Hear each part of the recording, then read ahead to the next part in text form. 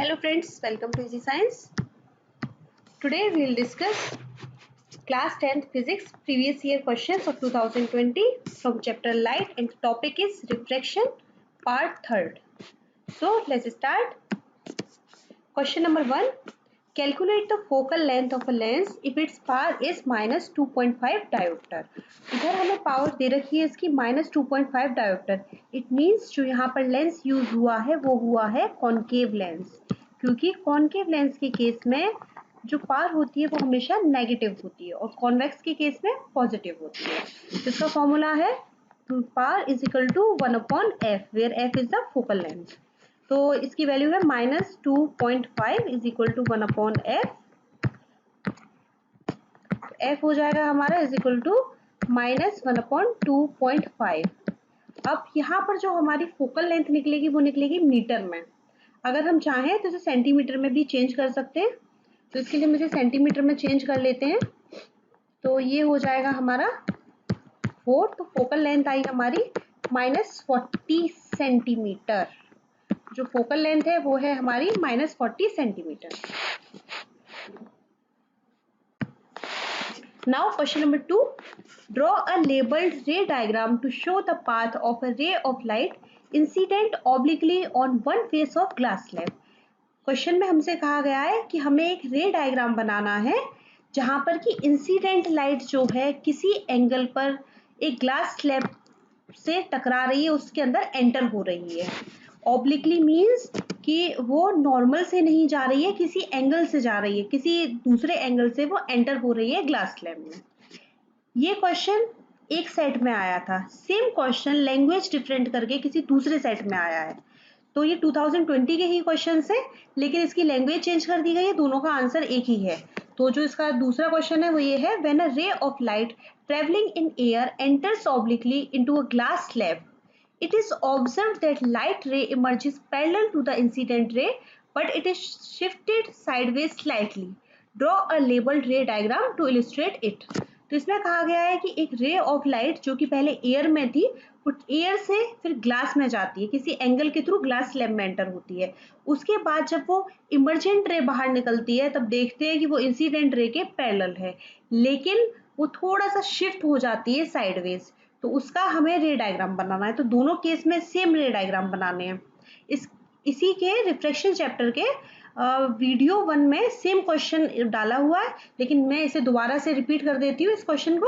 तो 3 क्वेश्चन थे जो कि अलग अलग सेट में आए थे, जिनके आंसर एक ही थे. तो इसका आंसर ये है.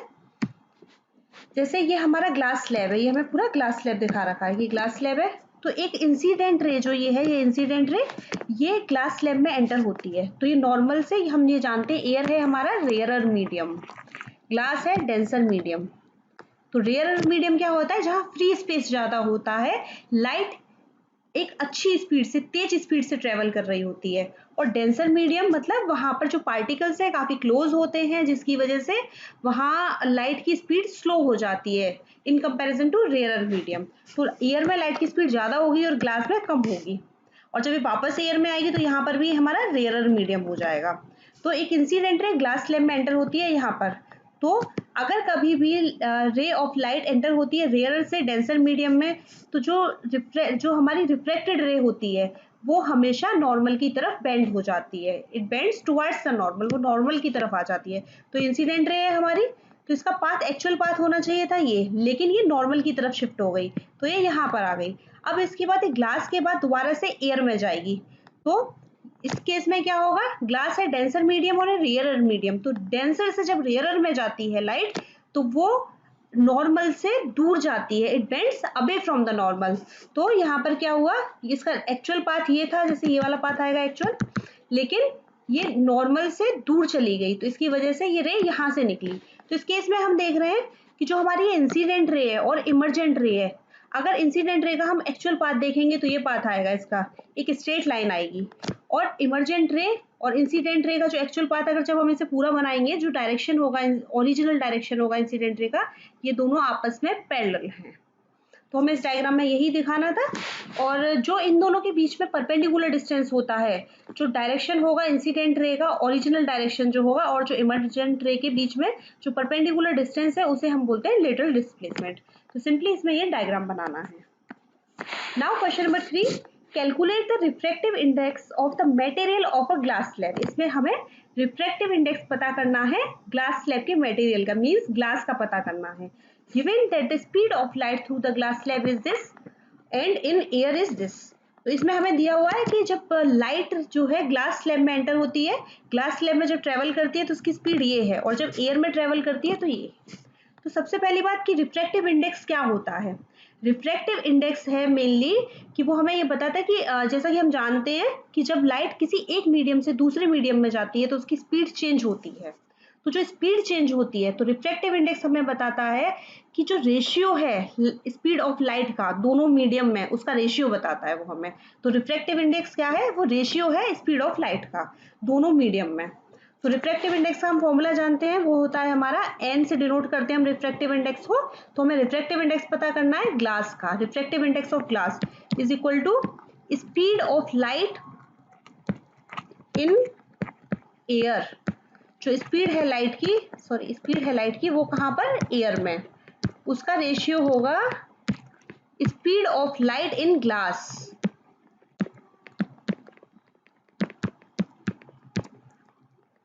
इधर हमें पता करना है ग्लास का, तो इसके लिए स्पीड ऑफ लाइट हमारा ऊपर आएगा और ग्लास का नीचे आएगा ये रेशियो। तो हमें पता है एयर में है कितना 3 इंटू 10⁸ और ग्लास स्लैब के थ्रू है 2 इंटू 10⁸। ये दोनों हमारे कैंसिल हो गए, ये आया हमारा 1.5। तो जो हमारा रिफ्रैक्टिव इंडेक्स है उसकी वैल्यू है 1.5। तो हमें एक ग्लास का रिफ्रैक्टिव इंडेक्स पता चल गया। तो इसमें रिफ्रैक्टिव इंडेक्स क्या है, सिर्फ कि जो रेशियो है speed of light in air to the speed of light in glass. तो रिफ्रैक्टिव इंडेक्स ये है हमारा। Now next question, a person suffering from myopia near sightedness was advised to wear corrective lens of power -2.5 dioptre.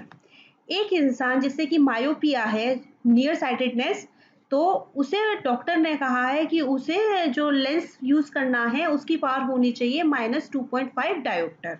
तो जो lens use होगा तो इसमें हमें समझ में आ गया, जब अगर पावर माइनस में होती है तो लेंस कौन सा होता है हमारा, कॉनकेव लेंस। अगर पावर हमारी माइनस में है तो कॉनकेव लेंस है। अब उसके आगे a spherical lens of same focal length was taken in the laboratory. अब सेम यही स्फेरिकल लेंस जो है लेबोरेटरी में ले जाया गया, जिसकी फोकल लेंथ सेम है, इस वाले लेंस की फोकल लेंथ बराबर है, जिसे लेबोरेटरी में लेकर जाया जा रहा है। At what distance should a student place an object from this lens so that it forms an image at a distance of 10 cm from the lens?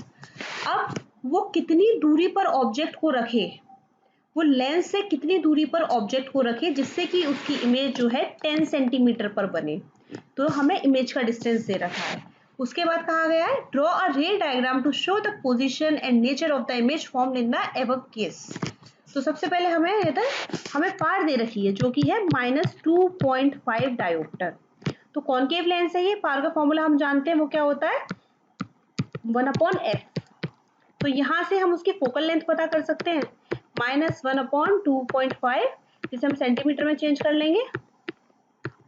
तो फोकल लेंथ हमारी आ गई -40 सेंटीमीटर।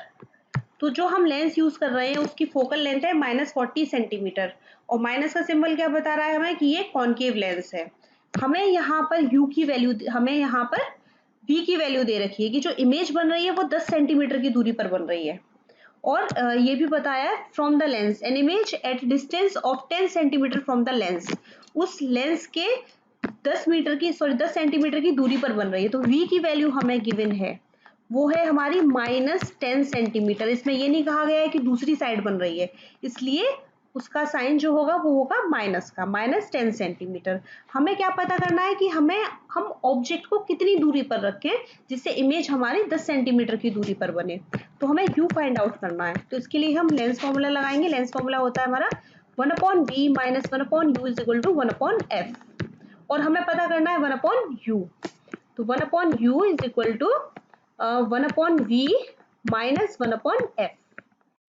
तो इधर हम वैल्यू पुट कर देंगे 1/u = v की value है हमारी -10 -1/10, ये है -40, ये दोनों हो जाएगा हमारा प्लस, तो ये हो गया हमारा 1/40।